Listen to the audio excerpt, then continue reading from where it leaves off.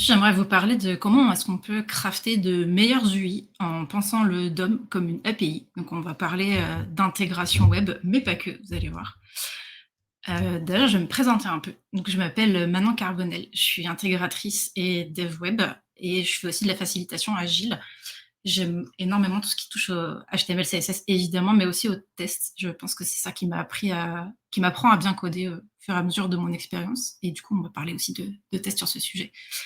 Je m'intéresse donc forcément à l'agilité et au craft, et vous pouvez retrouver mon handle Twitter juste en dessous, et en bas à droite, il y a le lien vers mon Linktree, que vous pouvez retrouver aussi sur le Twitter. Je m'intéresse à ce point à ces sujets pour avoir créé un meet-up qui s'appelle Cascade. On est une communauté de passionnés d'intégration web. Vous avez les liens en dessous. Et en fait, j'ai créé cette communauté parce que je me trouvais un peu seule dans le grand monde de l'intégration web, en tout cas à Rennes. Je ne rencontrais pas beaucoup de personnes qui en faisaient. Et j'ai eu besoin de confronter mes pratiques à celles d'autres personnes pour un peu valider ou non ce que je faisais, apprendre de nouvelles choses. Du coup, dans Cascade, il y a des gens qui font plein de choses en HTML, CSS, trop stylé. Il y a des gens qui sont formateurs. Il y a des gens qui font de l'accessibilité, des gens qui font du dessin en CSS. C'est trop bien. Il y a des gens qui font des trucs en 3D aussi. Enfin, des gens plus forts que moi sur plein de sujets. On se complète bien. Et du coup, vous pouvez nous rejoindre ou participer, contribuer. Donc, voilà. Hop. Alors, la petite roadmap pour aujourd'hui, je vais vous parler du mode pompier. C'est le mode dans lequel je suis le plus souvent appelée sur les projets. Après, j'aimerais parler un peu de qualité, parce qu'une fois que le mode pompier est passé, on a besoin de maintenir nos applications sur la durée.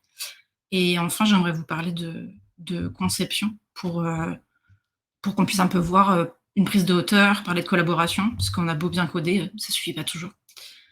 Donc voilà, est-ce que ça te va, Cédric, toi, comme plan? C'est parfait. Ok. Le but, c'est que ce soit un Allons-y. petit peu une discussion. Du coup, j'aimerais que tu puisses, si tu en as envie, poser des questions ou réagir. S'il y a des Bien trucs dans le sûr. chat, me les remonter. Comme ça sera un peu plus interactif. Exactement, compte sur moi. Trop bien. Eh ben, c'est parti. Alors, le mode pompier. Je vous ai une petite citation, parce que c'est une vraie. Dis Manon, est-ce que tu peux venir nous aider avec du CSS? Avec souvent une tête genre, horrible CSS. La deadline est dans une semaine.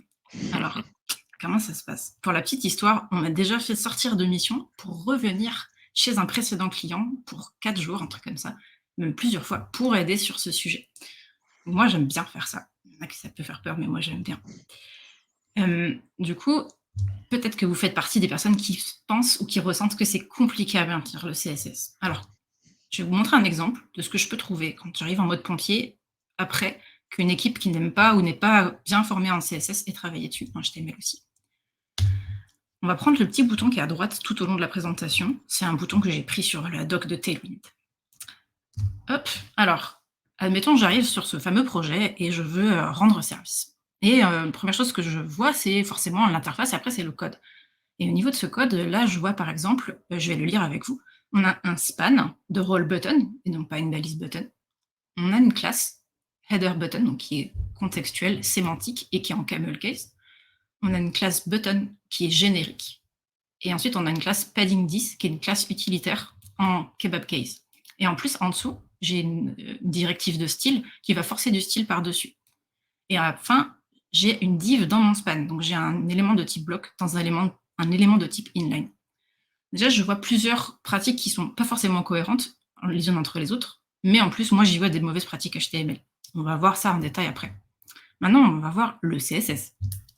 Surprise, j'ai un fichier de 12 600 lignes minimum avec mon header C'est beaucoup. button.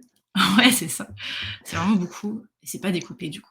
Et par exemple, il n'y a pas de point-virgule à la deuxième ligne. Donc, je ne sais pas si le code il est bien exécuté ou pas. Dans le même fichier et juste après, j'ai mon bouton générique qui va donc surcharger la classe précédente, qui est pourtant censée être plus spécifique vu son nommage. Mais la cascade fait que la dernière chose lue est la dernière interprétée, à moins que le sélecteur soit plus fort. Et enfin, j'ai ma classe utilitaire qui est par-dessus. Sauf qu'au final, la couleur, c'est ni le background color de la troisième ligne, ni le background color de la ligne avec le button, c'est le style qui est appliqué dans le HTML. Du coup, si je veux faire ma modif, je vais avoir peur de casser quelque chose. Je pense que je ne suis pas la seule à avoir peur de ça. Donc, comment je vais faire? Déjà, réfactorer. Comment on va faire? Avec le concept de cascade, c'est la proximité avec les balises HTML, donc ma div ou mon span, qui va prendre le pas. On l'a vu avec la directive style. Ensuite, ça va être les sélecteurs eux-mêmes. Un ID est plus fort qu'une classe, par exemple. Et du coup, le sélecteur est plus fort, donc la règle appliquée va être celle du sélecteur le plus fort. Et enfin, je peux surcharger en utilisant un mot-clé important, mais c'est pas bien, faut pas faire ça. Qu'est-ce que ça fait, important? Ça force le style, peu importe la puissance du sélecteur. D'accord. C'est C'est embêtant, dans tous les cas, ce style va s'appliquer, quoi, c'est ça? c'est ça. Mais c'est hyper embêtant parce que, admettons que j'ai un élément que je vais survoler, Mmh. et ben, le style au survol ne va pas s'appliquer, sauf si je remets un important aussi au survol. Et du coup, on a une boucle de important qui finit jamais, et c'est la boucle infinie. D'accord, OK. Et tout ça, ça a des impacts directs sur lui, parce que si je, c'est un peu comme les caps là, tu vois, genre j'ai l'impression que si je change un truc, et ben, tout va se casser et c'est horrible. Mais en vrai, il y a moyen de contourner ça. Mmh. Ouais, si tu mets du important, en gros, tu dis que c'est pas forcément bien, mais tu peux t'autoriser à le mettre si tu es dans une situation compliquée, en mode pompier, quoi, c'est ça? Et ouais, je vais tendance à dire de plutôt travailler sur son sélecteur pour D'accord. pouvoir avoir un niveau de force qui va être suffisant. Je vais vous montrer des bonnes pratiques pour le faire tout à l'heure. Mais travailler sur le sélecteur, c'est beaucoup mieux que d'utiliser des important, sauf si des fois il n'y a pas le choix. C'est arrivé par exemple sur des librairies que j'utilisais comme Semantic UI, qui est un framework CSS, où il y a du important dans la lib. Bah, là, j'ai pas le choix que de surcharger avec du important. Voilà. Donc, refactorer, c'est compliqué. Mais aussi, je voulais faire un petit point sur la spécificité des sélecteurs, parce que c'est quand même important que ce soit visuellement, moi ça m'a aidé. En fait, le type de la balise, c'est une spécificité de 1 point. Une classe ou un attribut data, c'est 10 points. Et un ID, c'est 100 points. Donc là, dans le tableau, on peut voir la spécificité à gauche, et puis un exemple de sélecteur à droite. Par exemple, ici, mon élément myElement, c'est un ID, donc c'est 100 points. Cet autre élément, c'est une classe et un type de balise. Donc là, j'ai 10 plus 1, j'ai 11 points. Ça se calcule comme ça. Donc, pas utiliser de important, il vaut mieux travailler sur le sélecteur. Si on comprend que si on calcule bien cette force-là, et ça se fait assez intuitivement, on n'a plus besoin d'en utiliser. Déjà, hop, un problème de retirer. Et si jamais j'utilise un framework, je vais utiliser le même sélecteur. Comme ça, j'ai la même force. Et puisque mon fichier CSS est censé être chargé après, puisque je fais la customisation, ben, ça va prendre le pas. Parce que c'est le dernier à être lu avec la même spécificité. D'accord. Alors que petite question de débutant en CSS que je suis, du coup, les poids, enfin, ouais, ton 100, 10 et cetera, c'est ce qui va Mhm. servir après au moteur de rendu pour savoir qu'est-ce qu'il priorise, comme sélecteur?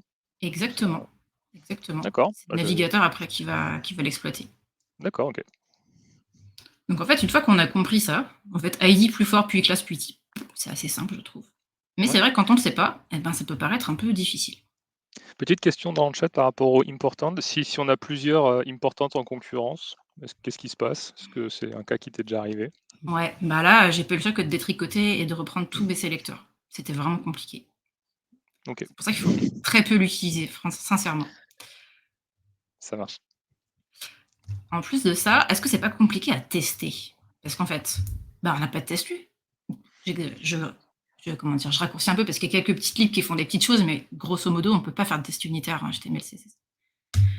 Par contre, on peut faire du test de composants. C'est-à-dire que plutôt que de charger toute notre application, toute la page web, on va charger notre composant individuel et on va pouvoir exécuter des tests dessus en isolé. Je peux aussi envisager de faire un snapshot du DOM, mais c'est inutile si je fais du refactoring, puisque l'arbre DOM, il va changer si je fais du refactor. Donc franchement, inutile. Par contre, je peux faire un screenshot de lui et faire une différence entre avant mes modifs et après mes modifs. Et m'assurer qu'après mon refacto, je n'ai pas cassé visuellement. Tous ces outils-là, je vous explique juste après avec quoi on peut les utiliser. Mais déjà, on voit qu'on peut mettre des choses en place, et pas forcément que à l'œil. Alors, par quoi est-ce que je peux commencer? Maintenant que j'ai vu toutes ces difficultés qui font très peur, eh ben, si je dois intégrer du nouveau code et qu'il n'existe pas déjà, je vais utiliser de l'analyse statique, c'est-à-dire un linter. Je pense que ça parle à la majorité des gens, un ESLint ou un stylelint pour le CSS. Et si je peux, je vais les rajouter en hook, au pré-commit par exemple, et puis encore mieux dans une pipeline pour m'assurer que tout le code qui est pushé, eh bien, le lint passe.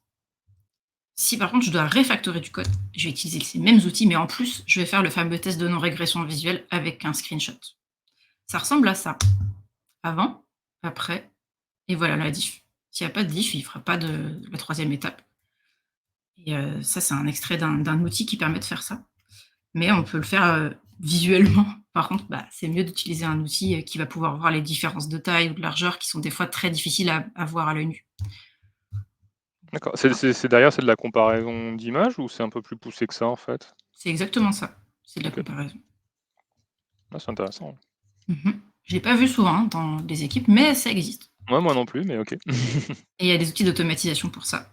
Tu vas voir justement, eh ben, dès lundi, vous pouvez essayer des outils pour faire ça. Je vais essayer de focus plus sur les pratiques que les outils, donc ça sera un peu le take away par chaque chapitre. En mode pompier, en linter, donc je vous conseille StyleLint. En formateur, il y a Prettier qui est très bien et qui s'interface avec StyleLint. Ça veut dire qu'il est capable de prendre en compte les règles de CSS qu'on a mis dans StyleLint, par exemple, je sais pas, le nombre d'espace, et il va l'appliquer directement avec Prettier. Et en plus, c'est un outil qui marche avec du JavaScript, donc pas besoin de multiplier les outils. Et pour la non-régression visuelle, vous pouvez en faire avec tous ces outils-là. J'ai mis Playwright parce que c'est mon outil de test and tone préféré, mais il y en a d'autres. Cypress le propose. Et si vous utilisez Storybook, qui est une sorte de librairie pour afficher un showcase de design system, il y a un outil qui s'appelle Chromatic qui permet de faire des sortes de merge request de composants, sauf que au lieu d'avoir que le code, on a aussi le résultat visuel. Et dans Chromatic, il y a petite diff que je vous ai montré juste avant, qui est avec le en bas à droite là. Ça, c'est un extrait de Chromatic, justement. Mmh. C'est marrant comment ils calculent ce diff, c'est-à-dire que pour lui, la différence entre le bleu et le noir, c'est du marron. OK. Bah, c'est la couleur de highlight. En vrai, la vraie couleur, c'est Ouais, du vert fluo, mais comme c'était pas très bien OK. contrasté, j'ai Ouais, non, mais préféré c'est changer la intéressant. couleur. Ça marche. Et il existe une version en ligne de commande, en CLI, qui s'appelle Loki, qui va prendre, des composants Storybook et qui va être capable de faire un diff aussi dessus. Donc c'est pas mal si on veut pas utiliser Chromatic. Donc ça, Et c'est petite déjà question, une stack de pardon, base. Ouais, excuse-moi, je t'en une prie. question de Julien dans le chat qui nous demande: est-ce que tu connais, pardon, le validateur officiel CSS du W3C? Le c je sais pas si c'est Oui, un ouais, est-ce il que existe. ouais, Moi, j'ai pas l'habitude de l'utiliser spécifiquement. Je prends un styling parce que tu peux utiliser des guidelines qui sont déjà préchargés plutôt que d'écrire toutes tes règles à la main. Et du coup, la plupart sont d'accord. déjà conformes, en fait. OK, donc le W3C, c'est plus des règles, mais il y a pas forcément un outillage derrière, après à l'emploi, faut que tu implémentes tout, quoi? En fait, styling, ça va linter que le CSS, pas le HTML. Donc après, il Mmh. faut utiliser d'autres outils. J'ai pas creusé jusque-là aujourd'hui. D'accord, ça marche. Je te remercie. Je t'en prie. Donc voilà, ça c'est pour le mode pompier et c'est ce que je fais en général parce que en vrai, moi j'ai besoin de refactorer le code pour pas être perturbé par les erreurs de syntaxe ou l'hétérogénéité du code avant de pouvoir faire des modifs. Et d'utiliser ces outils, bah, ça me permet de gagner vachement de temps. Et en plus de ça, au niveau des tests, bah, ça m'assure que je vais pas faire de bêtises. Donc si ça vous permet de vous rassurer pour vous essayer, bah, n'hésitez pas. Maintenant que le feu il est éteint, ça on l'a déjà dit. Ah Manon, ça suffit pas si c'est beau.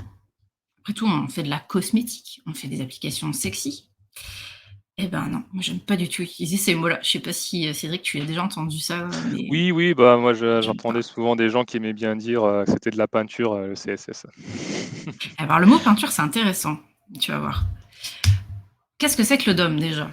On va parler de peinture, tu vas voir. Mmh, Le DOM, c'est quoi? C'est un document object model et c'est une API pour les documents HTML, mais aussi XML et SVG et qui est utilisée par les navigateurs. Alors comment ça marche? Tu me disais tout à l'heure, est-ce que c'est le navigateur qui va choisir en fonction du sélecteur? Eh ben, regarde bien. Quand tu fais une requête réseau, pour voir à quoi sert le DOM, on va partir de la base, la requête, pour afficher une page avec une URL. Tu vas recevoir des bytes de données, et dedans, il y aura le HTML que renvoie le serveur. Ça va construire un arbre de nœuds qu'on appelle le DOM.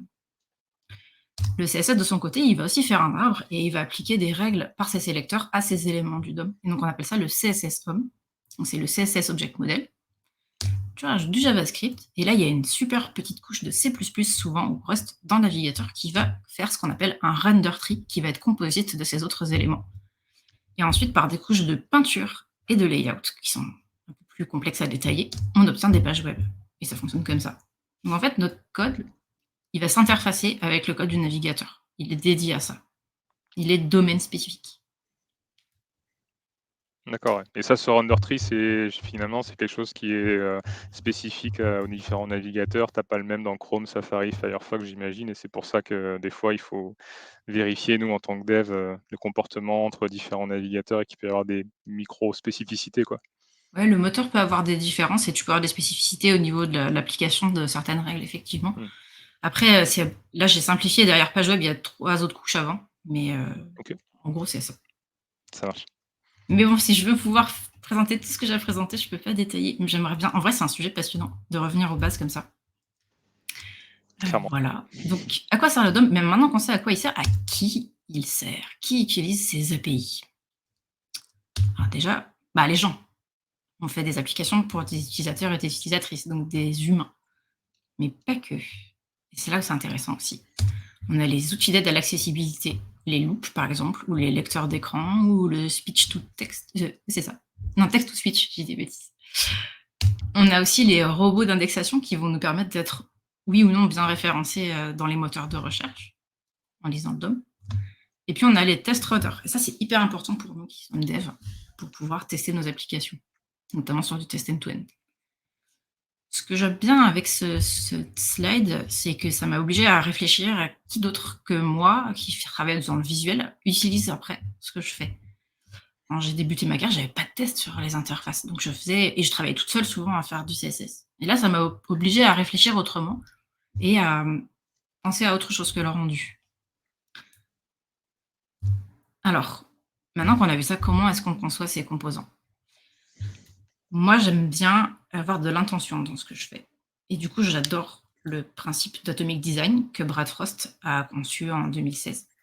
C'est très simple. Je vais vulgariser par contre, parce que c'est un sujet à part aussi. Il pense qu'il faut découper ses composants du plus petit au plus grand. Donc d'abord, ce qu'on appelle les atomes. Typiquement, notre fameux bouton de tout à l'heure, ou un titre, ou une icône. Ça va être un atome. Quand ces atomes se combinent, par exemple pour faire une petite barre de recherche, là, on va voir ce qu'on appelle une molécule, donc un ensemble assez simple, composite de quelques atomes. Si on va plus loin et qu'on combine ces molécules entre elles, on va obtenir ce qu'on appelle un organisme. Comme exemple, je pourrais donner une data table avec des filtres et des boutons d'action à l'intérieur de chaque ligne. Une fois qu'on a ces 3 éléments, je dirais, composants, graphiques simples, on va pouvoir les insérer dans nos pages. Pour ça, on va avoir des emplacements dédiés dans notre page. On va avoir la nav en haut, souvent, le footer en bas, et on va pouvoir décider de si on a un menu à gauche ou si on a un menu à droite aussi, si c'est central. Et on va aller les insérer dans nos pages. Et l'ensemble de tout ça, ça donne des pages web qu'on voit. Donc on distingue l'objet lui-même au sens composant, l'emplacement où il va être, du contexte où il va être, la page. Et je trouve ça pas mal comme façon de concevoir les choses. Ouais, Alors c'est du coup, moi, intéressant. ouais, tu connaissais? Ouais, non, enfin, du coup, je connaissais pas, ouais. Et donc, ça, en fait, c'est plus un principe, je dirais, théorique, en fait, de conception, parce que là, j'imagine, après, derrière, comment tu transposes en face tes composants avec les atomes, les molécules, les organismes. Mais je trouve ça intéressant ouais, comme approche de conception. Je sais pas Bah, je s'il y en a qui trouve connaissent, aussi. n'hésitez pas à nous le dire si vous l'utilisez au quotidien.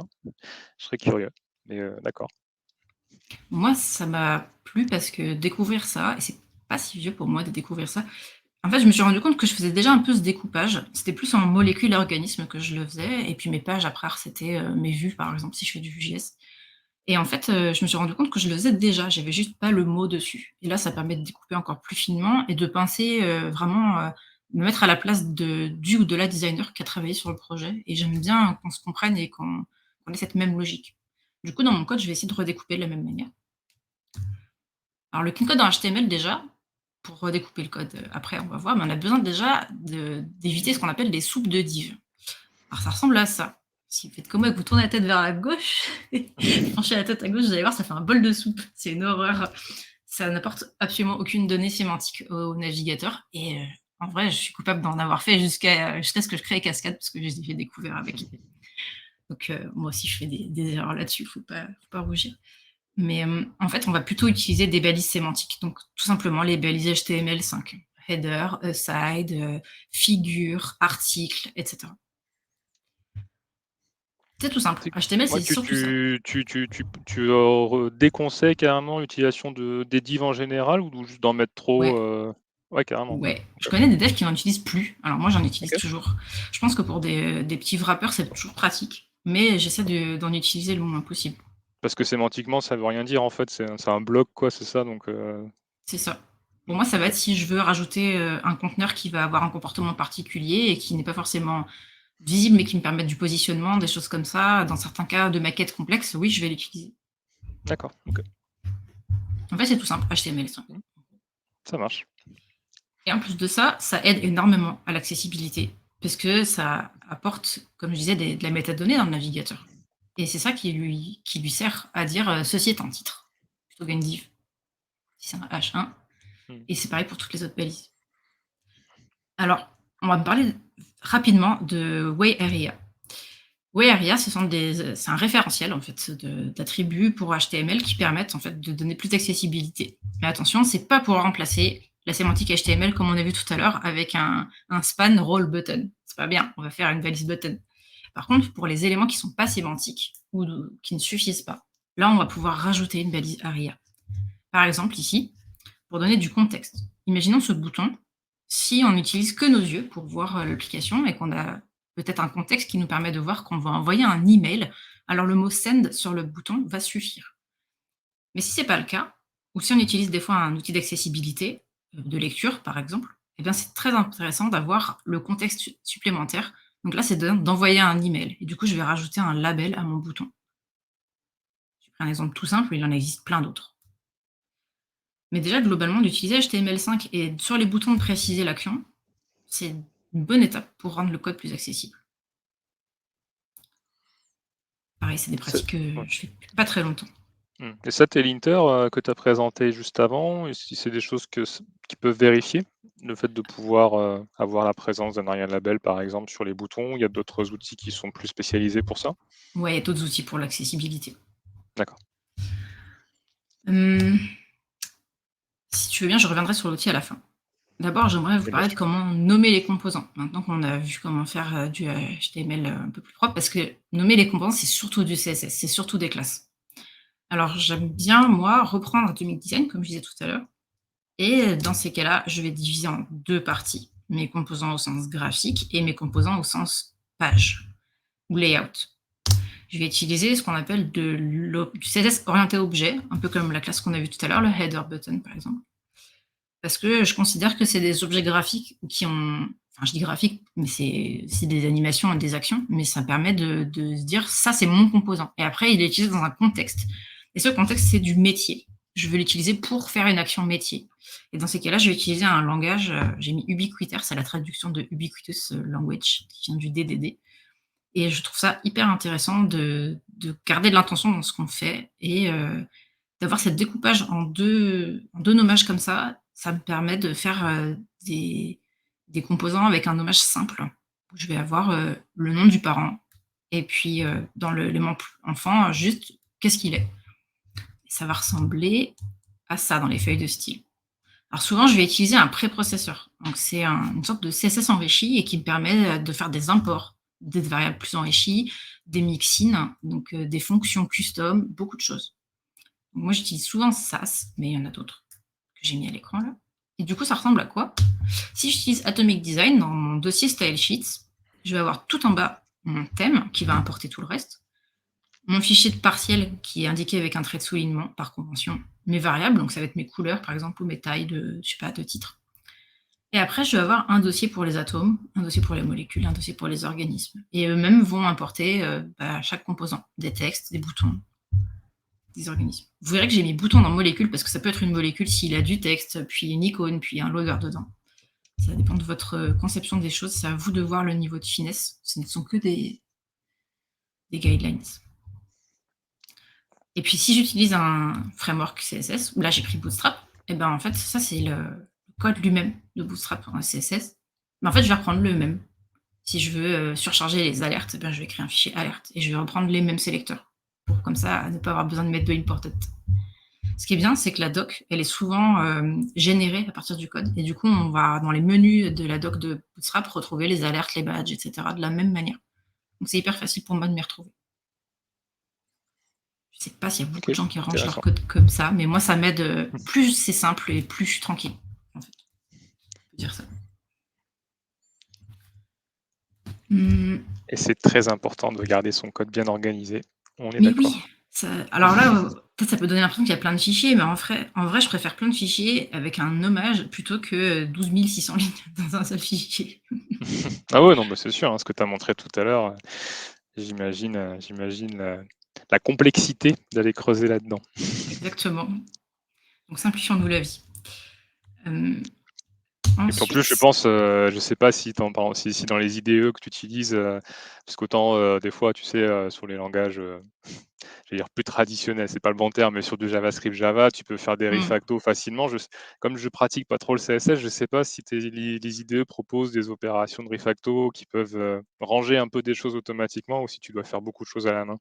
non, tu te fais quand même pas mal de choses à la main. Alors tu as toujours Ouais, les linters et tu as du prettier pour corriger le style, mais c'est vrai que pour mmh, ranger, c'est pas si évident. Vaut ouais, je mieux c'est comprends. soi-même. Après peut-être qu'il y a des outils que je connais pas, hein, si vous avez des idées dans le chat, je suis hyper preneuse, hein, allez-y. Mais du coup, mon approche à moi, c'est, attention, c'est les j'aime bien dire ça, mais c'est les mots contre trip du Scrabble. C'est Oui, de faire des content agnostic components, c'est-à-dire des composants, qui vont recevoir du contenu et peu importe ce contenu, ils ont leur structure et puis, je vais essayer de composer avec le parent, donc composition over subcomponents. Ça ressemble à quoi pour ce bouton-là? Et ben, moi, je vais faire, un header puisque c'est une balise HTML5 et souvent mon bouton get started, pour démarrer mon appli, c'est dans le header que je vais la placer. Je vais créer une section dans ce header qui va contenir le contenu et puis elle va s'appeler get started et puis après j'ai mon bouton qui lui s'appelle button, donc en orienté objet et puis il est de type primaire parce qu'en général on a des boutons primaires et secondaires, c'est-à-dire les boutons pour valider une action et les boutons pour annuler une action qui sont souvent moins forts visuellement, plus grisés. Et donc ça me permet d'avoir déjà un DOM que je trouve assez épuré. On a juste des noms de classe, du HTML5. Et en CSS, je vais avoir deux fichiers. Donc mon fichier de bouton, qui va contenir la couleur de fond et de texte pour tous mes boutons par défaut. Et en primaire, ben, son fond va être plus fort, plus foncé, puisque c'est le design system qui est conçu comme ça. Et du coup, si jamais un jour je vais enlever primaire, eh ben, je vais retrouver quand même le reste du style du design system. Mais en plus, là, dans ma section Get Started, mon bouton il est encore plus fort. Parce que c'est vraiment le bouton principal de mon site. Dans ces cas-là, je vais juste préciser le parent, donc Get Started, mon élément qui est un bouton, et là, je vais avoir ma couleur de fond qui va être celle qui est affichée à l'écran actuellement. Du coup, j'ai généralement que deux éléments ou trois maximum dans mes sélecteurs. Je trouve que ça allège énormément en fait. Si jamais je veux déplacer mon bouton de cette section, eh ben, il va plus avoir ce fond bleu marine, mais par contre, il va prendre la couleur du design system sans la surcharge. Et je trouve que c'est cohérent. Ça m'évite des erreurs. Même si c'est plus ce que je voulais, ça reste cohérent avec le reste du site.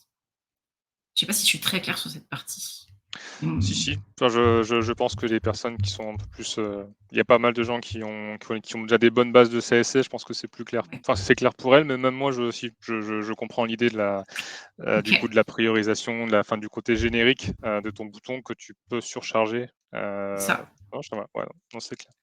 Il faut savoir que cette approche-là, elle est extrêmement décriée par le créateur de Tailwind qui a écrit un article dessus. Mais moi, je suis pas du tout d'accord avec lui. Et j'aime bien lire des gens avec qui je suis pas d'accord. Du coup, allez lire l'article du créateur de Tailwind. Il a écrit plein d'articles hyper intéressants.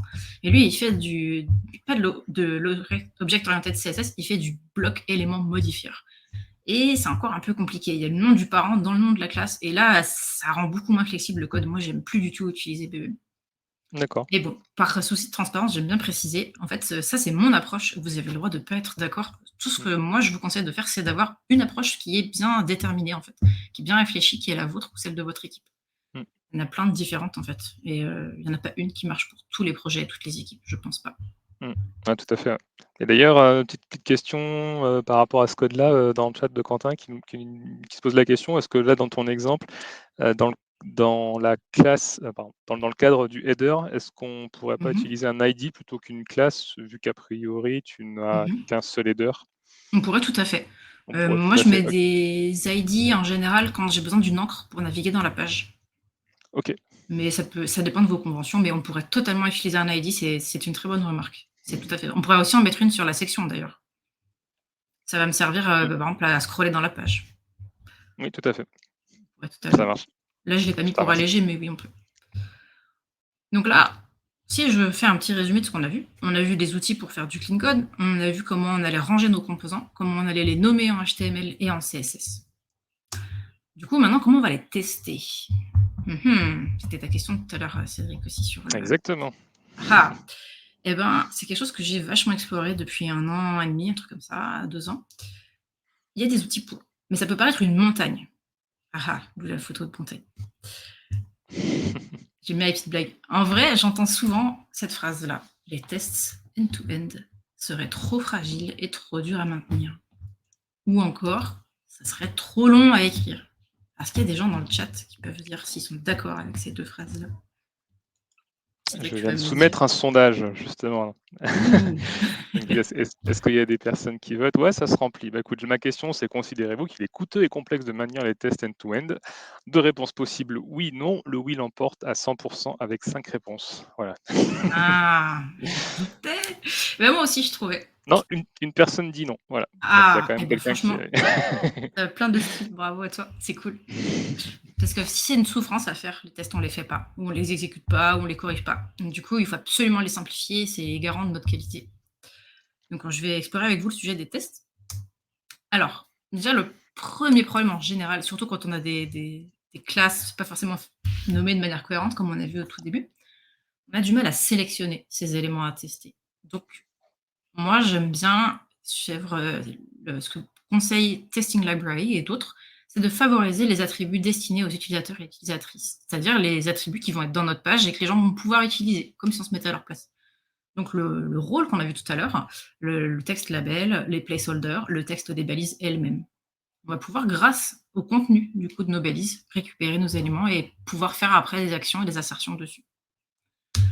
Ensuite, si ça ne suffit pas, par exemple, si on a une liste, et qu'on ne peut pas connaître à l'avance le texte qui sera à l'intérieur, puisque c'est une liste dynamique ou une table, dans ces cas-là, je peux utiliser des sélecteurs HTML, CSS. Donc l'ID, la classe, les attributs alt ou aria, les balises, ou éventuellement un data test ID, comme le conseillait jusqu'à il y a peu Cypress, en priorité.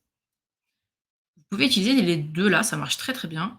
Par contre, ce qu'il ne faut pas faire, c'est utiliser des XPath absolus parce que c'est hyper fragile. Je vous ai mis 2 exemples en dessous qui viennent de la doc Playwright. Il y a un XPath complet en haut, en bas pardon, et juste en dessus, il y a un sélecteur CSS qui est très, très long, avec tout le chemin pour arriver du parent à l'enfant qu'on veut. c'est Problème de extrêmement ça, complexe. c'est que c'est complexe à lire déjà, et en plus si je déplace mon élément, je sais pas, d'une div, en fait mon test il passe plus. C'est trop dommage. Alors qu'avec la cascade CSS, il est capable d'aller chercher en récursif et en relatif. Du coup, bah, pas besoin en fait de se compliquer la vie et on va rendre les passes beaucoup plus maintenables grâce à ça. Oui, Donc si puis on je a trouve que tu peux pardon, je trouve que tu sais même pas en fait, à quoi ça correspond. Bah, là, si jamais si tu maîtrises pas la page, tu tombes sur ce code-là, en fait, tu ah sais oui, pas puis en fait tu la maîtrises de quoi jamais on la parle. page. Tu es obligé de l'avoir Oui, à côté de toi en fait, enfin c'est ouais. moi je trouve ça trop complexe et ils ont raison chez Playwright. Du coup, faites pas ça, utilisez le contenu ou vos attributs, du DOM. C'est vachement mieux. C'est tout bête, hein, mais une fois qu'on sait ça, ben, ça simplifie beaucoup la vie. Une fois qu'on sait les sélectionner ces éléments, on va voir choisir, parce que moi j'aime pas les classes utilitaires, je vous l'ai dit tout à l'heure, je suis pas d'accord avec Tailwind, mais je vous ai pas oublié pour vous qui aimez. Je vous ai mis les 2 exemples. L'exemple de Tailwind au-dessus, je vous conseille de rajouter un ID ou un data test ID sur vos éléments pour pouvoir les sélectionner après dans vos tests. Par contre, si vous faites du sémantique et au CSS comme je fais moi, bah, vous avez juste à mettre header, button, ou alors get started, ou alors haha, on va voir juste après, j'ai fait des détails. Mais en fait, plus c'est épuré, mieux c'est. L'avantage de l'utilitaire, c'est qu'il n'y a pas de fichier CSS à part, sauf la config. L'avantage du sémantique, c'est que le DOM est très allégé à lire. À vous de choisir. Alors, testons un bouton ensemble, avec plusieurs sélecteurs justement. Là, j'ai mon bouton. Donc en vert, j'ai les classes que je peux utiliser pour le sélectionner. En bleu, j'ai un data test ID. Ou alors j'ai le contenu en jaune qui s'appelle Started, mon texte affiché. Je vais utiliser Testing Library ici dans mon code. Donc j'importe juste la librairie. Je fais un test pour me dire, attention, on devrait afficher un bouton Get Started. Et je vais render mon composant. C'est du test de composant. Avant de faire mes événements, assertions, je vais devoir sélectionner mon élément. Donc, si je veux prendre par le texte, je vais créer une constante qui s'appelle bouton A. Et je vais faire un get by text, get started. C'est tout simple. Si j'ai un bout du texte, je peux utiliser une regex, tout simplement sur le même contenu. Après, peut-être que là, je ne connais pas le contenu du bouton pour une raison que j'ignore. Dans ces cas-là, je vais avoir besoin de mon data test ID, donc je peux faire un get by test ID. Et pareil, pour le sélecteur CSS, là, je vais utiliser un query selector et puis je vais pouvoir récupérer mon header et mon button dedans. Et c'est tout simple. Et une fois que j'ai mon élément, je peux l'utiliser. Maintenant, imaginez le gros XPath hyper complexe qu'il y avait juste avant dans la ligne, l'horreur. Voilà, là, c'est beaucoup plus simple. Oui, Après, c'est en clair. vrai, il faut pratiquer. Je pense que Mmh. toi, c'est pareil. C'est vrai qu'on avait déjà parlé de ce sujet, de l'importance de pratiquer et de partager ses pratiques. Ouais, tout à fait et c'est vrai que là, moi, c'est vrai que quand je vois le get by text, en fait, je me dis: «Ce truc-là, ça doit être quand même», alors c'est vrai que ça va dépendre des contextes, mais tu vois, sur des projets où je me dis des fois, le texte qui apparaît, c'est parfois issu de systèmes de traduction, externalisés. C'est-à-dire que, par exemple, enfin, nous, chez Promise, on a tout, c'est des fichiers de traduction qui contiennent tout, mais je sais que dans certains contextes, ils utilisent carrément des translation systems où c'est des équipes même pas, enfin, c'est même pas des devs qui maintiennent justement dans différentes langues et tout. Et je me dis, en fait, s'il y a des gens qui sont externes au code comme ça, qui changent un bout de texte, est-ce que ça casse les textes, les Eh ben, tests? C'est un j'ai la peu, solution pour toi. c'est un peu dommage. Mais oui, si tu as une solution, effectivement, ça m'intéresse. Si Dans tu tous les cas, utilises effectivement, se mettre d'accord, c'est important. Pardon, vas-y. non, excuse-moi de t'avoir coupé. En fait, si tu utilises ID8N, par exemple, une librairie classique pour les traductions, eh ben, en fait, tu peux mettre ta clé valeur dans ton test et ça va être interprété. Et puis, du coup, tu n'as pas besoin de te soucier de ça. Magique. D'accord, Cool, hein. super intéressant. Ok. Alors, j'ai pas mis l'exemple Mais là, mais hmm. j'aurais pu en mettre un. Moi, je serais plutôt intuitivement, j'irais plus vers le test, vers le data test ID, pardon, qui me paraît plus, je sais pas, plus pérenne ou, mais bon, à pratiquer comme tu dis. Ouais, c'est ça. Ça va dépendre du composant et du métier. Alors, on a vu comment on pouvait tester. Eh ben, maintenant, on va parler de l'accessibilité. Tu en as parlé tout à l'heure. Il y a un référentiel qui s'appelle le WCAG. D'ailleurs, j'aurais pu mettre à jour, on est en 4 maintenant, j'ai oublié de mettre à jour la slide. C'est le Web Content Accessibility Guideline. En France, on a le RGAA et le niveau A et AA, qui sont le niveau le plus basique, ils ont fusionné aujourd'hui et on a rajouté un quadruple A. Le niveau A et AA sont obligatoires légalement sur nos sites et les autres sont pour des niveaux plus spécifiques et plus exigeants en termes d'accessibilité, mais qui sont tout aussi importants. Comment on peut tester ça? Alors, moi, j'ai pas eu la chance d'être formée en accessibilité en faisant mes études et j'ai pas eu la chance de travailler sur des missions où, les clients ou les équipes, avaient un un objectif d'accessibilité hyper, précis ou, hyper engagé et dans ces cas-là, apprendre, c'est compliqué. On va sur un autre sujet qui est d'apprendre en continu, de faire de la veille et cetera ou de se certifier. Mais déjà, même si, comme moi, vous êtes en cours d'apprentissage sur ces sujets, vous pouvez déjà commencer à faire de l'accessibilité en utilisant Axe. C'est un outil qui permet d'obtenir jusqu'à de 20 à 30 à peu près de détection des erreurs d'accessibilité sur votre site web. Ça marche soit par une extension de navigateur dédiée, et je crois que ça marche aussi avec Lighthouse, Google Lighthouse, soit avec un test automatisé. Il y a des outils comme Playwright qui l'embarquent, et on peut le rajouter une ligne. On peut dire je veux tel niveau, donc A ou double A, triple A, quadruple A, ou alors choisir des règles individuelles spécifiques du RGA.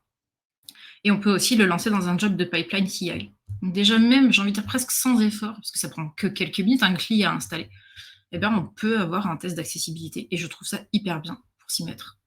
Parce qu'en plus de lire les erreurs de l'int ou de test, ça apprend des choses. Donc je peux que vous conseiller d'essayer. Il y a des talks sur ce sujet d'ailleurs qu'on peut trouver sur YouTube. J'ai oublié le nom du speaker. Mince, désolé. Donc voilà. Donc là, on a vu comment sélectionner nos éléments. Après, bon, les assertions, c'est spécifique à du métier, donc je ne vais pas rentrer là-dedans aujourd'hui. Mais on a vu ça et l'accessibilité. Du coup, dès lundi, en mode automatisé, je vous conseille ces outils-là.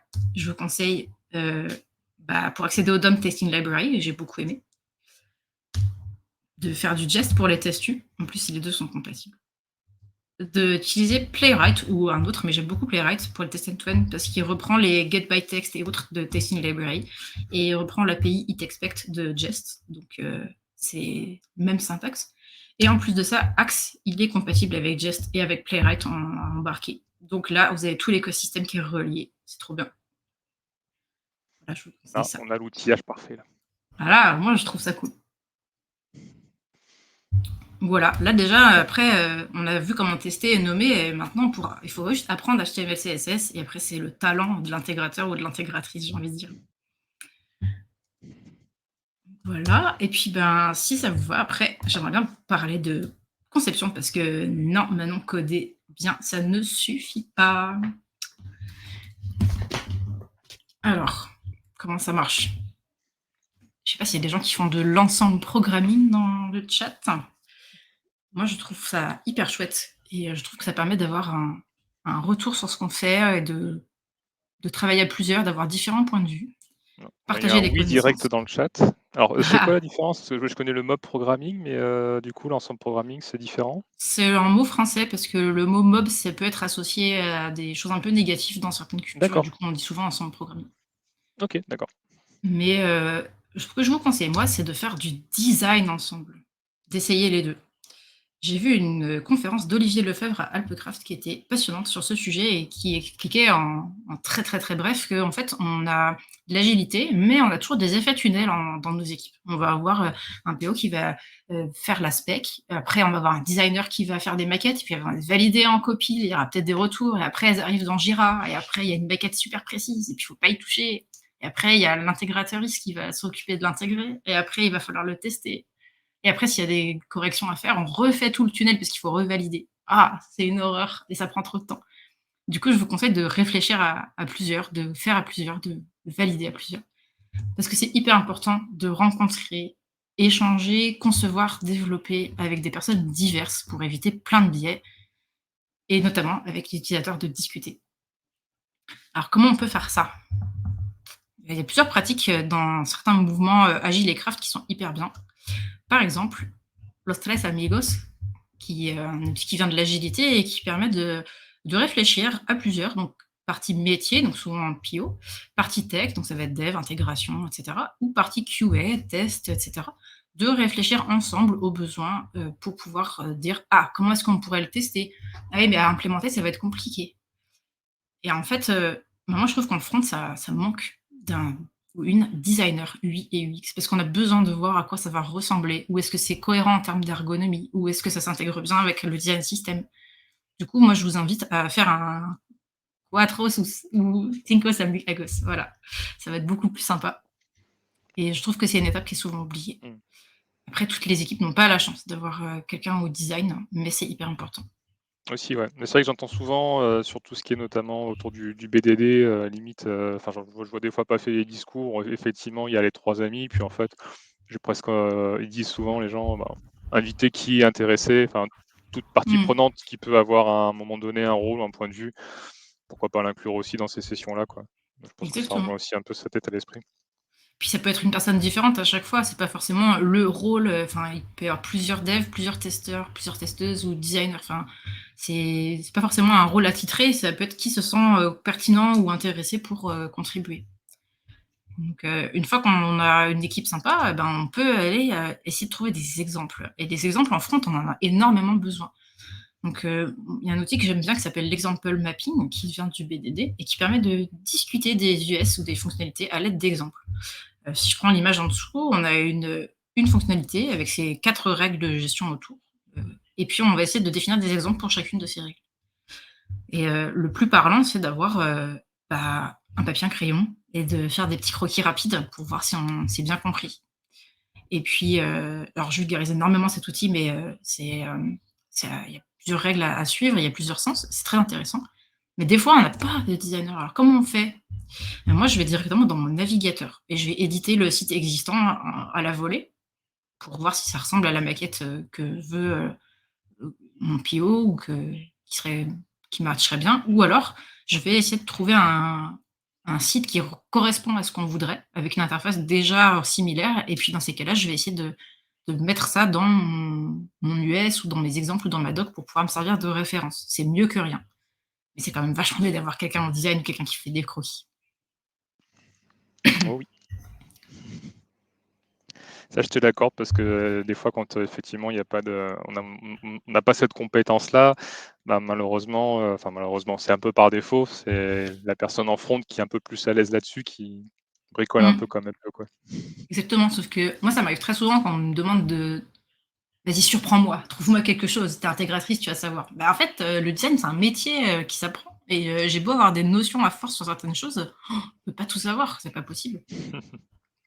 Je suis Oui, non, pas, clairement. experte en typographie, par exemple, enfin, c'est pas possible. Mmh. Donc il y a un autre outil, mais d'abord, j'aimerais discuter avec vous de l'accessibilité parce que est-ce que c'est d'abord du dev ou du design? Mais en fait, c'est les 2 et j'entends souvent parler, «Ouais, mais de toute façon, les devs, ils savent pas faire d'accessibilité» ou «Ouais, mais de toute façon, le design, il est pas enfin, par défaut, vu comment il est fait, c'est pas accessible».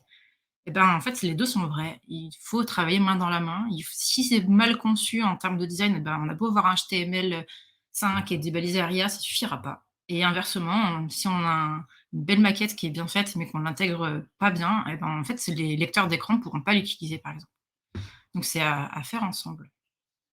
Et il y a un outil de design qui est chouette, qui s'appelle les personas, qui vient de l'UX design, mais qui a eu quelques dérives. Alors c'est important de dire qu'il faut que ce soit basé sur des données réelles, donc c'est des modèles d'utilisateurs et d'utilisatrices, donc on voit des petites cartes là en bas. Sauf qu'en fait, si on ne se base pas sur des données réelles et qu'on ne fait pas des hypothèses qu'on va vérifier sur le terrain ou en faisant de l'event sourcing ou en allant faire des entretiens utilisateuristes, on va avoir un problème de biais et de stéréotypes qui va arriver très vite. Et on ne peut pas présumer des besoins des gens. On ne peut pas se dire, si on est une personne valide, comment une personne qui a tel handicap pourrait utiliser l'application. C'est impossible, en fait. On ne peut pas penser à tout le monde et à tout. Ou alors, on peut avoir des biais sexistes ou racistes dans nos applications. Et du coup, c'est important de discuter. Donc, d'avoir de la diversité dans les équipes, mais aussi d'aller vraiment à la rencontre des personnes et de casser cet effet tunnel dont je parlais tout à l'heure. Que les personnages, c'est un bon outil, mais ça remplace pas des vrais gens. Je l'ai mis quand même. Mmh. Et voilà. Après, si on a un design system, donc c'est une librairie de composants, je rappelle, on a besoin absolument d'en faire un showcase accessible. Ça m'est arrivé plusieurs fois d'avoir des équipes qui ne partageaient pas et ne documentaient pas leur design system. Et moi, si je dois utiliser un composant que je ne sais pas à quoi il ressemble, ça va être très compliqué de l'utiliser. Je vais devoir les intégrer. Imaginons que j'ai 4 boutons, bah, je vais devoir tous les intégrer jusqu'à ce que je choisisse celui qui corresponde le mieux à mon besoin. C'est pas possible, surtout si on a beaucoup. Et en plus de ça, si mes composants, c'est ce que j'appelle moi des VINA props et qu'il y a 50 props par composant, c'est-à-dire 50 options différentes, et qu'en plus elles se combinent les unes les autres, ça va être un enfer. Et il vaut mieux décliner des composants assez simples et laisser les produits qu'ils utilisent, s'ils ont des besoins spécifiques, développer leurs propres composants. C'est des petites pratiques toutes simples, mais qui vont faire gagner énormément de temps. Le but, c'est que ça soit utilisable rapidement et de gagner du temps. Il y a des outils pour ça. Par exemple, dès lundi, pour cette troisième partie, en mode auto-généré, du coup, parce que j'aime bien les outils qui s'imbriquent, vous pouvez, si votre designer ou designeuse crée à partir de Figma, générer des stories dans Storybook, qui est un showcase dynamique pour design system et qui permet de visualiser un composant, mais aussi de tester son rendu avec du texte, en simulant un retour d'API à l'intérieur, en simulant avec des add-ons, des outils d'accessibilité pour imaginer, par exemple, des outils pour voir à quoi ressemblerait le bouton si on a une forme de daltonisme, des choses comme ça. Et en plus de ça, si on veut collaborer autour, tout à l'heure je parlais de chromatique, je l'ai remis, c'est un outil de collaboration qui est hyper intéressant. Et enfin, documenter, c'est pas que pour les devs. Le design system, c'est une image de marque, c'est l'identité de l'entreprise au niveau numérique. C'est très important que ce soit compris et utilisé, vu par d'autres personnes que le designer. Et du coup, je vous conseille Zero Height. Imaginez un Confluence ou un Notion dans lequel il y aurait une intégration avec Figma, donc vous pouvez voir la maquette pour le composant. C'est pour voir aussi sa story dans un petit onglet en dessous, et tout ça dans la même page et en auto-généré. Et quand c'est auto-généré, on gagne du temps. Donc voilà, je vous propose ces 4 outils-là, il en existe d'autres. Par exemple, vous pouvez faire un showcase vous-même, vous n'êtes pas obligé d'utiliser Storybook, mais c'est vrai que c'est un gain de temps d'utiliser un outil auto-généré, franchement. Je sais pas si vous l'utilisez chez Promise ou ailleurs dans vos équipes? Un zero weight, on se pose la question, ouais, effectivement d'avoir un système plus centralisé pour la gestion de nos composants. Je sais qu'on a évoqué, Storybook aussi, on l'a regardé il y a quelque temps. Mmh. Je pense que c'est des sujets, ouais, sur lesquels on travaille aussi parce que c'est vrai que des fois, on réutilise, tu vois, typiquement certains boutons, on utilise toujours les mêmes, quoi, mais c'est vrai que on se dit, c'est vrai que c'est intéressant s'il y avait un espèce de single truth, tu vois? Un seul Mmh. endroit où il y a vraiment où chercher l'information, ouais. Donc c'est vraiment des choses qu'on regarde. Après, je sais pas à quelle échéance on y viendra, mais je Mmh. pense que c'est clairement quelque chose à mettre en place et comme tu dis, très tôt parce que finalement, c'est une bonne pratique, ça a pas l'air d'être un gros chantier à mettre en place. Alors peut-être Bah, sur un non. projet existant, je me rends pas compte, mais je pense que le mettre en place dès le début, c'est quelque chose qui me semble assez clair, ouais. En fait, tu vas gagner du temps de maintenance parce que si tu fais ton propre showcase, ta propre doc, déjà, tu n'es jamais sûr qu'elle soit à jour et en plus Oui. de ça te demande un temps de maintenance que tu ne passes pas à rajouter de la feature, qui est dommage. Exactement, ouais. Et je Donc c'est pour partage ça que je d'ailleurs conseille ça. juste pour l'anecdote dans le chat aussi, je sais que Decathlon, ils ont un design system public qui est fait sur Zero Eight. Mmh.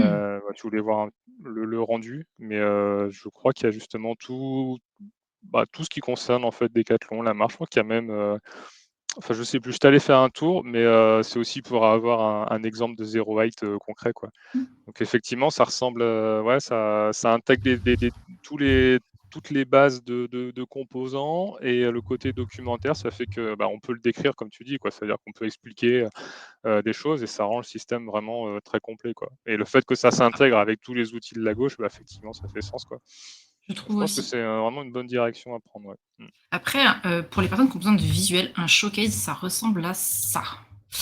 J'ai travaillé très vite fait, j'ai contribué à un projet que j'aime bien qui s'appelle Mob Time et qui permet de faciliter du mob programming, donc de l'ensemble programming. Et du coup, un showcase, ça peut être juste ça, un élément graphique et un exemple d'implémentation. Donc là, c'est du code Helm, mais peu importe, il y a des boutons. Là, on peut voir à quoi ça ressemble. Là, c'est juste ça, un showcase. Ouais, Voilà, je tout à peux fait, ouais. montrer l'exemple.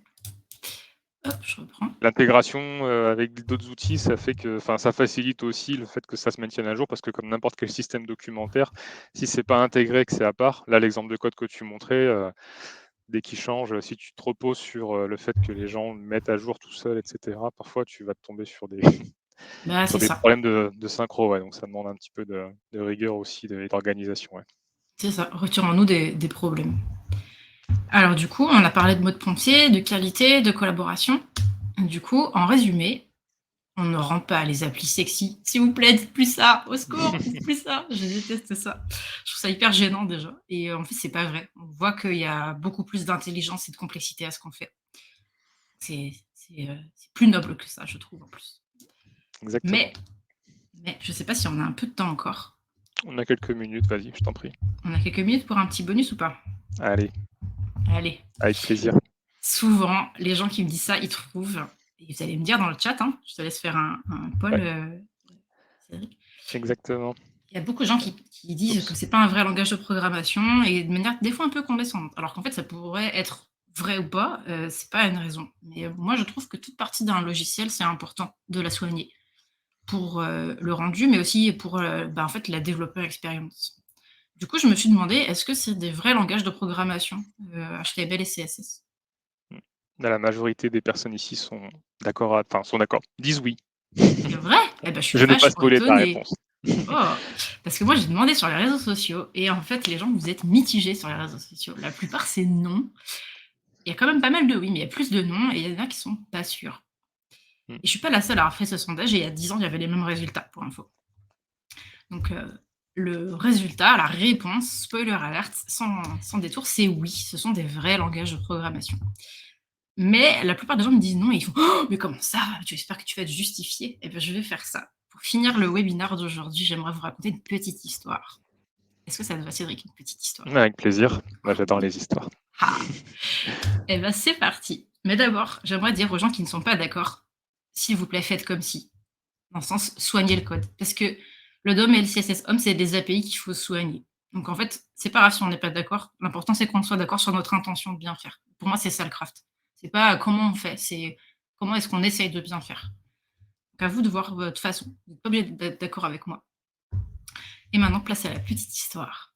Qu'est-ce que c'est programmer? Est-ce qu'on peut revenir aux bases déjà? Alors j'imagine que tout le monde a sa petite définition. Est-ce que tu veux en donner une, Cédric?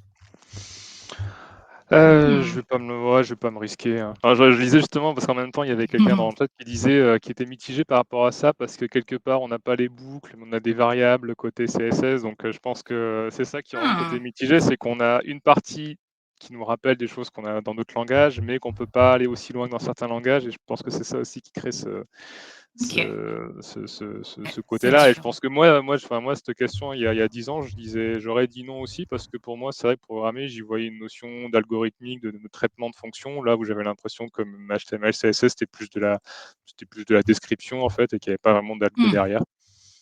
Eh ben, j'ai des Donc réponses sur tous ces points, tu vas voir. parfait. OK, alors si tu te risques pas, moi j'ai une définition, que j'ai lue plusieurs fois, que j'ai juste reformulée un peu. C'est de donner des instructions à un ordinateur pour qu'il puisse agir selon nos souhaits. Mmh, On va lui dire, «Je veux que tu fasses ça», à un ouais, logiciel totalement. ou à la machine elle-même. Ça dépend du haut niveau ou bas niveau de ce qu'on fait. Je sais pas si vous êtes d'accord avec ça, mais Ouais, moi je trouve ça assez large pour être et assez précis finalement aussi. Donc exactement. qu'est-ce que programmer? Et alors qu'est-ce que c'est un langage de programmation du coup? Un langage de programmation, c'est un code de communication entre humain et machine avec une grammaire spécifique à cet effet. C'est pas un langage parlé. On ne peut pas parler en HTML et CSS. On ne peut pas écrire entre humains en HTML et CSS. Ça n'a aucun sens. Par contre, on peut programmer le comportement d'un navigateur avec. Et c'est déjà un premier élément de réponse. On va pouvoir permettre au code C++ ou Rust de notre navigateur d'afficher ou non des choses, d'avoir du dynamisme. Maintenant, la question, c'est aussi comment on va le créer. Alors, on programme quoi avec HTML et CSS déjà? Bah, plein de choses. Des pages web déjà, c'est sûr, mais aussi des emails, mais c'est pas la même chose. Des jeux vidéo, ça existe. Il y a des outils, des jeux pour faire quoi? Du Shifumi ou pour faire, pour tuer des zombies ou pour, faire des batailles navales. Il existe plein de trucs. On peut aussi faire des slides, je pense à du Remark ou Revit.js. On peut faire du dessin, des fois avec une seule div. Il y a des gens très talentueux chez Cascade qui font ça et qui m'ont énormément impressionné. Et il y a aussi des automates cellulaires mathématiques qu'on peut faire. Alors là, je vais vous montrer un exemple parce que c'est pas très parlant, je pense, pour les gens qui font pas beaucoup de maths. Mais on peut faire plein de choses. Alors, c'est des langages pour CSS de Ah, des programmation, jeux donc vidéo en HTML, ça a attisé la curiosité vous dans le pouvez chat. taper, HTML CSS game ou sur Google, vous trouverez, il y en a plusieurs. Mais en résumé, on peut dire que donc CSS, c'est un langage de programmation donc, qui est déclaratif, puisqu'une instruction égale un résultat. Il est domaine spécifique. Il est fait pour fonctionner avec du HTML et pour être traité par un navigateur. Et surtout, ce qui est intéressant, il a un flux de contrôle qu'on dit implicite. Ça veut dire que les lignes sont lues les unes après les autres. Le phénomène de cascade et de priorité des sélecteurs va avoir une influence dessus, mais on ne peut pas explicitement dire for, while ou if. Ça ne fonctionne pas pareil. Ça ne veut pas dire qu'on n'a pas de condition, mais c'est pas écrit de manière implicite. Et HTML, c'est pareil, tous ces mêmes éléments, mais en plus, c'est un langage de balisage. Mais c'est pas exclusivement programmation ou balisage, ça peut être les deux. On peut afficher une vidéo en HTML avec une balise. On affiche une vidéo en lecteur. C'est l'anti qui permet ça. Et comment? Il permet d'utiliser pour CSS des variables natives, custom, des fonctions natives en CSS, par exemple des calculs de RGBA ou des calculs de contraste ou des maths, des calculs de maths. Il y a toutes les fonctions arithmétiques basiques en CSS qui existent nativement.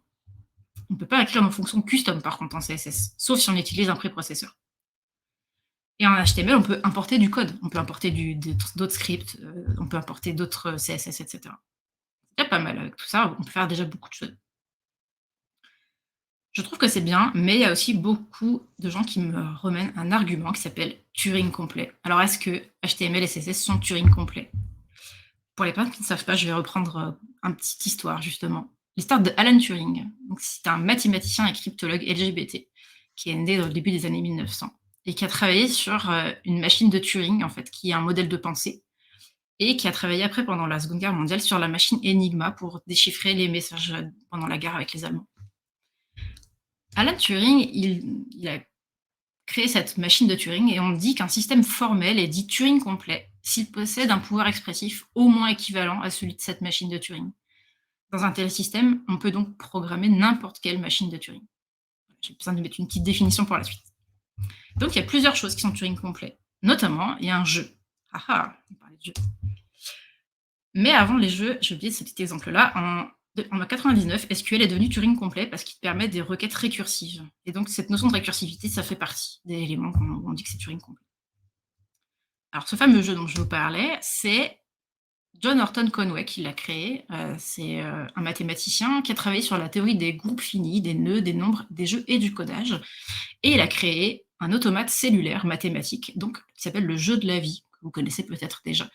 C'est Oui. un jeu de simulation mathématique, sans joueurs, qui est très simple et qui est pourtant Turing complet et qui ressemble à ça. Les éléments vont être capables, en fonction de leur environnement, de changer d'état de manière automatique. Le but, c'est de représenter la vie de manière mathématique. Tu avais déjà vu, toi, ça, Cédric? Ouais, Tu ça me connaissais? parle. En fait, je t'ai dit oui parce que ça m'a rappelé un flash. Je fais: «Oh, le jeu de la vie» et en fait, tu m'aurais Mmh. demandé ce que c'est, je suis incapable de te le dire, mais ça m'a rappelé un flash donc je me dis: «Ah, je connais, j'ai déjà vu ce truc». Ouais. Mais ouais, maintenant que mais ouais, je l'avais pas vu en action. Et bien, tu vois, il y en a d'autres, des automates Ouais. cellulaires. Et il y en a un qui est vachement intéressant dans notre cas. Il y a Stephen Wolfram, qui est un mathématicien et qui travaillait sur la physique des particules et les automates cellulaires, donc, qui avait un assistant, pardon, qui s'appelle Matthew Cook, qui était aussi informaticien en plus d'être mathématicien. Et ils ont travaillé sur différents automates cellulaires, notamment le fameux 110. Et en 2004, Matthew Cook a prouvé que l'automate cellulaire de son mentor, Stephen Wolfram, donc l'automate 110, est Turing universel, Turing complet. Ça ressemble à ça. Et ça se répète, et ça se répète, et ça se répète, et ça se répète, et ça se répète. Donc ça, c'est Turing complet. Et ben en fait, ça, on peut l'intégrer. Cette règle 110, on peut l'intégrer avec HTML, avec CSS, avec un user. On obtient cette règle 110 et ça ressemble à ça. Il y a une développeuse doctorante qui s'appelle Lara Schenk qui a fait une conférence sur ça et qui l'a fait sur CodePen. J'ai mis le lien ici, mais vous pouvez la retrouver facilement. Donc on peut dire que HTML et CSS tout seuls ne le sont pas, mais que combinés ensemble avec un user, on obtient un ensemble Turing complet. Et de toute façon, ils sont de domaine spécifique, ils sont faits pour fonctionner comme ça. Donc à vous de voir où vous situez la barre. Mais moi, je trouve que entre cette réalisation-là, tout ce qu'on peut faire avec et le fait qu'on programme un navigateur, pour moi, c'était suffisant pour considérer que c'était des langages de programmation. Mais tu as aussi parlé d'algorithmie, n'est-ce pas? Oui. Alors, est-ce qu'on peut faire des algorithmes en CSS? Par exemple, un kata, genre FizzBuzz, le plus simple pour moi. Je sais pas s'il y en a qui l'ont déjà fait, mais moi, c'est le premier kata que j'ai fait en code. C'est tout simple, hein, si le nombre est divisible par 3, on écrit fizz, et s'il est divisible par 5, on écrit buzz, et s'il est divisible par 3 et 5, on écrit fizzbuzz. C'est un kata que Mmh. vous pouvez faire et que je vous invite à faire pour débuter Ouais, dans les mais en katas. CSS, j'ai aucune idée. Ah ah. Il y en a qui ont est-ce que je suis curieux de savoir s'il y en a qui savent, qui ont déjà une idée de comment ça peut se faire. Juste mettez vous pouvez mettre un oui dans le chat, j'irai pas vérifier si c'est vrai ou pas. Mais, on nous donne une piste, le NTH. Ah oui, le N-ième child. Ah, Exactement. peut-être. Ah, bien vu, Ah, bravo. bravo. Franchement, on a un bon public aujourd'hui. Alors, ça ressemble à quoi? Eh ben, je l'ai fait. Je l'ai fait, mais je l'ai pas inventé. J'ai été très inspirée par Lara Schenk. On va faire, à gauche, notre DOM avec, plein de divs. Moi, j'étais jusqu'à 15 là. Donc, à la 3e, on est censé afficher fizz, à la 5e, on est censé afficher buzz et à la 15e, fizzbuzz du coup. Et ben, je vais utiliser à droite du CSS. Donc je vais dire sur une div, si on est au 3e enfant ou tous les multiples de 3, donc c'est un si qui est pas écrit comme si, mais c'est bien un si. Alors là, ajoute-moi un pseudo-élément après qui va avoir fizz dedans. Si c'est 5, un multiple de 5, pareil. Si c'est un multiple de 15, on fait pareil. Et vu que c'est la dernière instruction qui est écrite, qui est prise en compte, la 15e div va bien afficher fizzbuzz et pas fizz ou buzz. C'est magique, hein. Et voilà, j'ai fait un algorithme en fait. Ouais. J'ai 3 si. If, then return. Quelque chose de différent. Et en fait, de me rendre compte que je faisais de l'algorithmie, ça m'a complètement, retourné la tête, en fait. Je me dit: «Mais oui, c'est vrai, il y a plein de trucs complexes que je faisais et à chaque fois, on me dit: "Ouais, mais c'est pas noble, c'est pas l'algorithmie, c'est pas du vrai code"». Mais si, en fait, c'est juste que Mmh. c'est écrit différemment. Et comme on a appris d'abord, avec des langages, génériques, et ben, en fait, on n'a pas cette syntaxe, mais en fait, c'est le même principe. Et question qui va te plaire dans le chat, est-ce qu'on peut le faire en TDD, Manon? Ah ah! Eh ben, je l'ai fait. Et je suis trop contente que vous posiez la question parce que je l'ai fait et c'est sur mon GitHub. Vous pouvez le retrouver. J'ai essayé de le faire de 2 manières. Je l'ai fait avec, d'abord HappyDOM, mais c'était embêtant parce qu'il accédait pas aux pseudo-éléments dans la page vu que c'est du montage, à la volée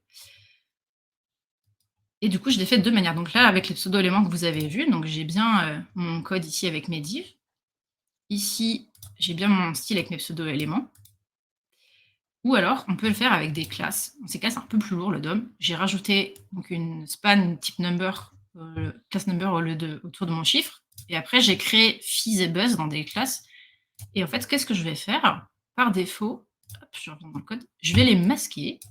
Et si on est sur tel élément, alors là, je vais l'afficher. Et je vais cacher le chiffre. Et voilà, c'est tout simple. J'affiche D'accord. Mais la fizz ou boucle de buzz ou les deux. feedback, vert rouge, c'est toi qui vois manuellement si ça fonctionne? Enfin si, En fait, comment tu vois le résultat? j'ai utilisé, Vitest pour avoir, un watcher et du Ah coup, OK. j'ai retrouvé mon code ici et en fait, il va aller monter mon composant, hop, Ah ouais, délire.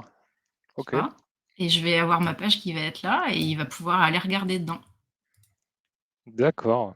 Donc c'est pour ça que je dis que c'est compliqué, donc on peut pas vraiment faire du test unitaire, mais on peut faire du test de composants. Bon ça, c'est limite, mais voilà. J'ai pu faire ça avec, un copain qui s'appelle Pain et du coup, on a fait ça à 2 en pair et c'était trop bien parce que j'avais pas fait de TDD sur des outils comme ça avant. Trop chouette. Donc essayez-vous, Ouais, mais en tu me plus de donnes des idées ça pour un prochain kata, d'équipe sur du CSS, mais intéressant. d mais oui, en plus, j'ai envie d'en faire d'autres du coup. Là, FizzBuzz, c'est le plus simple, mais peut-être qu'on peut en faire d'autres et en plus, Lara Schenk, elle en a fait une version trop belle où elle a pas affiché de texte, elle a mis une couleur et ça donne ça. Lara Schenk, donc c'est comme je vous disais, c'est une Mmh. doctorante ex-développeuse qui travaille sur, les sciences informatiques et l'intégration et qui a fait une conf sur les algorithmes en CSS. Il faut absolument la voir. OK, ouais, intéressant, merci du lien. Je dirais pas que c'est beau, que c'est sexy parce qu'il faut pas le dire, mais c'est joli. Je sais pas comment on peut dire du coup. Donc La j'aime police bien le du rendu. langage. Mais et ce qui est chouette, donc OK, c'est que si on resize, ça change le résultat. c'est responsive. Donc voilà, je voulais vous raconter cette petite histoire-là en plus. Et voilà, je vous remercie. Moi, j'ai terminé avec les slides. Donc je vous remets mon Super. Linktree ici. Eh ben, merci pour ce petit bonus. Je pense que c'est intéressant et je pense que quand je sais pas si tu l'as fait à Alpecraft ou pas ce petit bonus autour du Non, CSS HTML? c'est Non. exclu Promex. J'ai pas fait Alpcraft, j'avais Ah, moins de temps. Là, on a pris on une est heure, ravis. j'avais que 30. Je pense que ouais, c'est intéressant de resensibiliser à ça parce que je pense qu'effectivement le CSS, comme tu disais, il y a pas mal de gens qu'on considère, voilà, Ah, enfin, pas comme un langage, justement, voilà, enfin si, comme tu disais, voilà, que c'est pas un langage de programmation, donc un peu moins d'attention, tout ça, et puis en fait, c'est un langage qui est aussi riche que les autres, donc aucune raison de pas y payer cette attention enfin, que ce langage mérite. oui, c'est ça. Et en fait, c'est juste que faisons bien les choses et essayons d'apprendre, en fait. Je trouve ça moi, ça m'a révolutionné et j'ai commencé par ça parce qu'en fait, on m'a dit, que comme je débutais, que ça allait être super facile de faire du HTML, CSS et puis en plus, en tant que femme, voilà. Mais en fait, j'en ai fait une force parce que ça me sert beaucoup et je me sens très utile dessus. Donc, il y a peut-être, d'autres façons de faire et peut-être dans 5 ans, je Mmh, trouverai une présentation obsolète, mais aujourd'hui, je trouve ça chouette. mmh. Ça m'apprend beaucoup. Aujourd'hui, justement, pardon, j'ai une question dans le chat de Julien qui me dit: «Est-ce qu'en 2023, c'est encore pertinent d'utiliser des frameworks CSS alors qu'on a Grid, Flex, et cetera?» Ça va dépendre de ton projet. Je pense que des Mmh, fois, tu vas perdre du temps à tout réinventer la roue, mais des fois, ça te permet de customiser tout vraiment précisément ce que tu veux faire. Je sais pas, ça dépend de ton besoin. Si c'est OK, une page, sur un site vitrine, ça vaut pas le peut-être pas le coup de faire tout soi-même. Je sais pas, à vous ça marche. de voir. OK. Mmh. Bah, je vais juste partager l'écran 1 minute pour terminer, hop, ce webinaire. Il y a qui dit: «C'est une Désolée. question d'expert à expert pour provoquer le débat». Heu, J'aime bien cet état d'esprit. Hop, Moi aussi, j'aime bien. hem par rapport à ce qui a été évoqué dans le chat tout à l'heure, Emmanuel avait partagé cette sheet, je ne sais pas si tu la connais, CSS Specify Mmh. Sheety, pour justement, bah, se rappeler des poids. Alors moi, je découvre ce système de poids, je Mmh. trouve ça intéressant, mais voilà, apparemment, c'est un lien qu'elle a partagé, si jamais, Voilà, je voulais juste le montrer parce que je l'ai vu en live, je trouvais Trop ça bien. intéressant. Et par rapport à l'accessibilité des devs aussi, je voulais juste faire un petit, donner aussi quelques mots sur ça. Upquest, c'est un référentiel en fait de bonnes pratiques orientées qualité web il existe pardon, une certification qui s'adresse à tous les publics tech, développeurs, chefs de projet, enfin vraiment tous les profils qu'on peut retrouver en fait dans l'IT. Et cette certification, en fait, je dirais que c'est un peu un équivalent TOEIC pour l'anglais, mais pour voilà, nous, profils tech, pour nous sensibiliser, nous former à toutes les bonnes pratiques web qui vont du SEO, mais aussi jusqu'à l'accessibilité, et notamment l'accessibilité, c'est un point que tu as évoqué. Et donc voilà, ça fait partie aussi des outils, des supports qu'on peut mettre en place dans son entreprise si jamais on veut se former justement à tous ces sujets-là et pas déporter ça auprès de personnes. Comme tu disais, du design qui s'occupe de l'accessibilité, c'est pas pour nous. Non, effectivement, même moi en tant que dev, j'ai tout intérêt à me former là-dessus, quoi. Mmh. Et Eli, justement, on le connaît bien, il est de Bordeaux et on l'accueille pour un webinar début juillet, d'ailleurs, pour l'anecdote. Trop bien. J'irai voir Voilà, ça. cool. Euh, Qu'est-ce que je voulais évoquer aussi? Tu as évoqué rapidement, enfin, tu as évoqué pardon, le sujet de Cypress. J'ai évoqué rapidement le sujet de Promise, qu'on n'a pas beaucoup de temps, je ne vais pas forcément y passer trop de temps, mais pour ceux qui ne connaissent pas Promise, l'idée de l'outil, entre autres, pour là j'ai un cas d'usage rapide, quand moi je travaille sur mon code Cypress et que je me dis, ah, ce get by text que tu as mis en avant tout à l'heure, moi je pense que c'est pas bien de faire comme ça, je suis plutôt sur du data ID. Et là, en fait, plutôt que de le corriger, ce truc-là, et de mettre directement mon test by ID, en fait, l'idée du plugin Promise, de la plateforme Promise, c'est de pouvoir assez facilement avec son équipe se dire, là, je pense que ça, c'est pas une bonne pratique, on devrait faire différemment. Et les plugins qu'on propose pour les IDE permettent en fait assez facilement de remonter ce genre d'informations. En gros, en quelques clics, hein, je vais un peu vite, mais là, j'ai envie de dire qu'il faut plutôt utiliser les data ID patterns pour identifier les éléments du DOM, DOM Elements. Moi, je Ok, suis pas donc l'idée, d'accord c'est... avec toi, mais c'est pas grave. Ouais, justement, Chacun on a on sa en façon parlera, exactement, voilà. on en parlera après en atelier. L'idée après, voilà, c'est que Un je peux te battle. dire, ah, ça, c'est pas forcément une bonne manière de faire. Moi, je pense qu'il faut plutôt faire comme ça. Donc là, je corrige mon code, je peux l'envoyer également dans Promise. Tac, je passe un peu vite, mais l'idée, c'est que je peux partager facilement cette information. Le but étant qu'après, quand je vais me retrouver, hop, dans mon Promise, j'ai 50 000 Promise écran, c'est ici.